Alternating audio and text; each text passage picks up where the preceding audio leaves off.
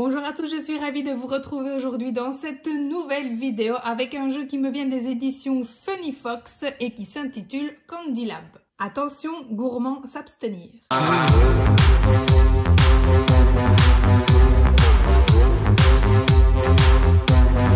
Pour remporter le concours et remporter surtout le titre tant convoité de maître confiseur et donc plein de bonbons, il va falloir jongler avec des cartes commandes et tenter de récupérer des combinaisons de bâtonnets de sucre d'orge pour pouvoir activer leurs effets et évidemment vaincre nos adversaires. Pour la mise en place, il va tout simplement falloir aligner dans un ordre aléatoire tous les sucres d'orge. La carte sucre d'orge en or est mise de côté. Et on distribue à chacun des joueurs une carte aide-mémoire avec du coup les différents symboles et leur signification. On mélange et on distribue ensuite les cartes sucre d'orge. Attention, vous n'allez pas donner le même nombre à chaque joueur en fonction de combien vous serez justement à jouer. Ici, comme nous on est deux généralement, eh bien je distribue 6 cartes à chaque joueur. Je forme ensuite une pioche avec le reste des cartes et j'en étale 3 sur la table. J'ai également mis 6 cartes de côté et je vous expliquerai évidemment tout à l'heure pourquoi, mais ça c'est uniquement pour les parties à 2 joueurs. Les joueurs prennent évidemment connaissance discrètement de leurs cartes et alors il va falloir à chaque fois réaliser l'une de ces 3 actions.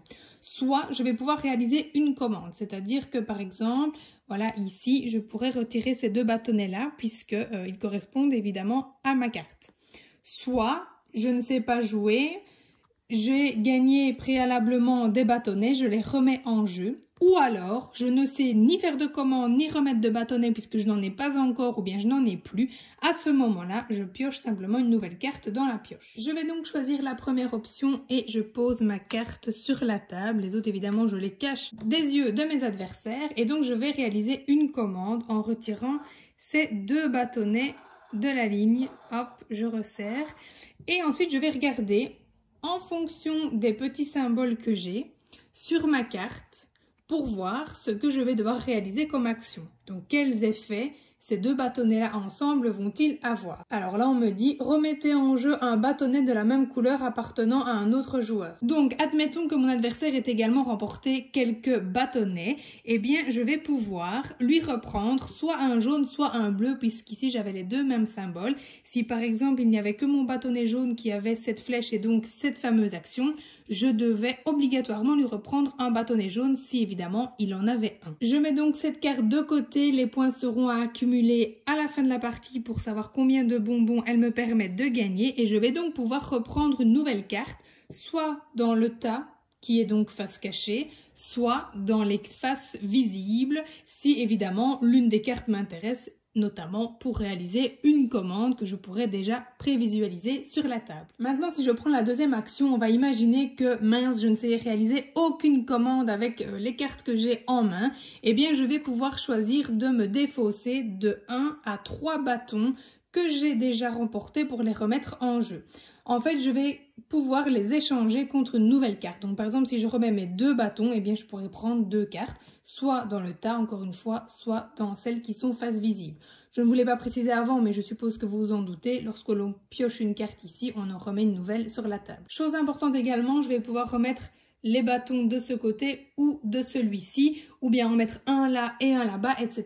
Évidemment, il faut être aussi stratégique et ne pas oublier les cartes que l'on a déjà dans son jeu, si jamais le fait de remettre un bâton nous permet peut-être de réaliser une future commande. Et alors pour la troisième action possible, eh bien c'est lorsque je n'ai plus de bâtonnets à échanger et aucune commande à réaliser. Dans ce cas, je pioche simplement une carte dans la pioche et je passe mon tour. La partie se termine lorsque tous les bâtonnets ont été partagés entre les joueurs ou lorsqu'il n'y a plus de cartes à piocher.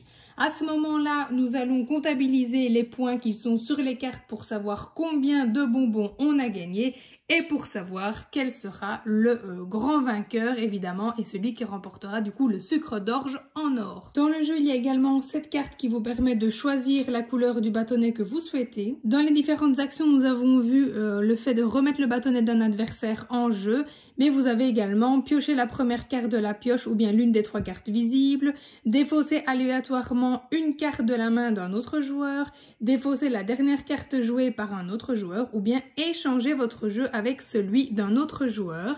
Et alors celle-ci, elle est intéressante parce que si vous vous souvenez, je vous ai expliqué qu'en jouant à deux, on devait également mettre 6 cartes de côté comme si finalement il y avait une troisième personne. Et si vous tombez sur l'échange de jeux, vous allez pouvoir choisir soit d'échanger contre le jeu de votre adversaire, soit contre le jeu qui est mis de côté. Voici donc pour ce jeu très gourmand qui j'espère vous aura plu. J'ai vraiment essayé d'être assez claire dans les explications.